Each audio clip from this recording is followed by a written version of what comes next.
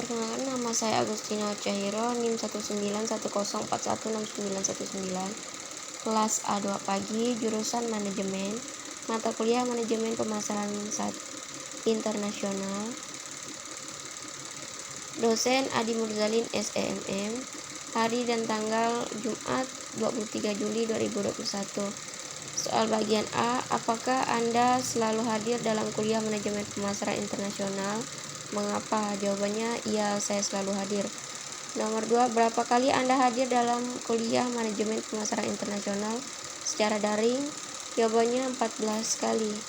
Yang ketiga, apa-apa yang saudara pelajari selama saudara belajar manajemen pemasaran internasional secara daring?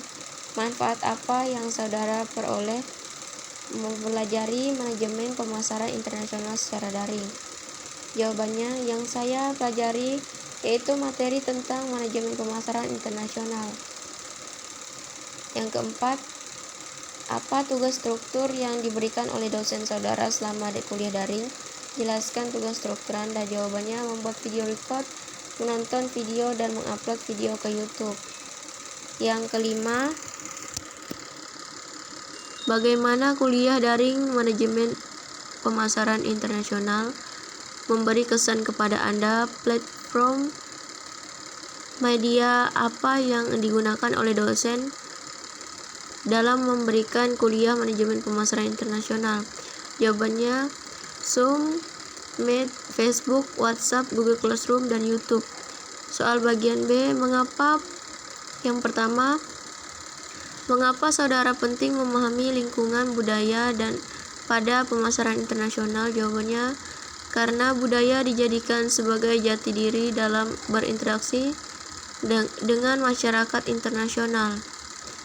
Yang kedua, sebutkan dan jelaskan faktor apa saja yang mendorong perusahaan domestik memasuki pemasaran internasional. Jawabannya,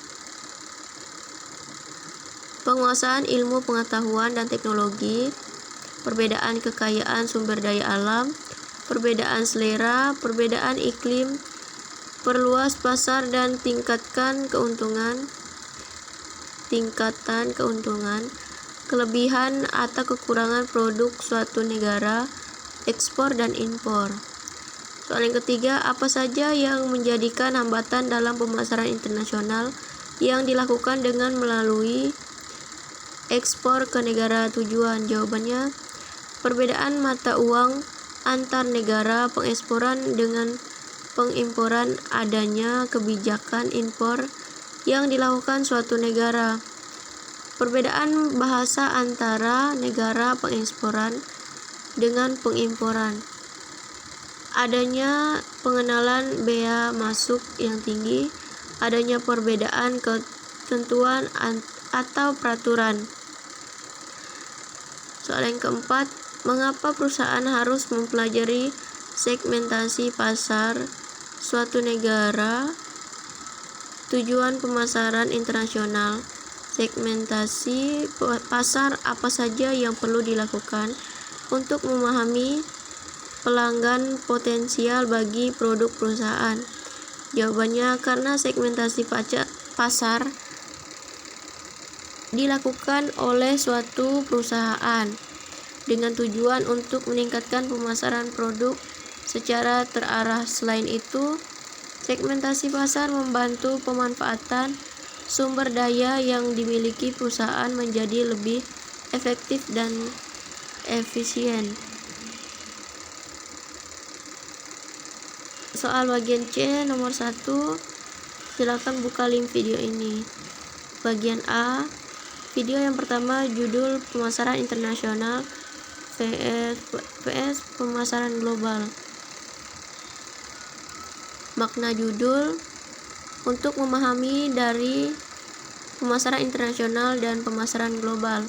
Teori-teori, pengertian definisi pemasaran. Manfaat, supaya kita lebih mengenal materi dari pemasaran internasional. Bagian B atau video yang kedua, jawabannya, video yang kedua berjudul lingkungan budaya, perilaku konsumen dalam pemasaran global. Makna judul, untuk bisa memahami dan Mengetahui materi lingkungan budaya dan perilaku konsumen dalam pemasaran global.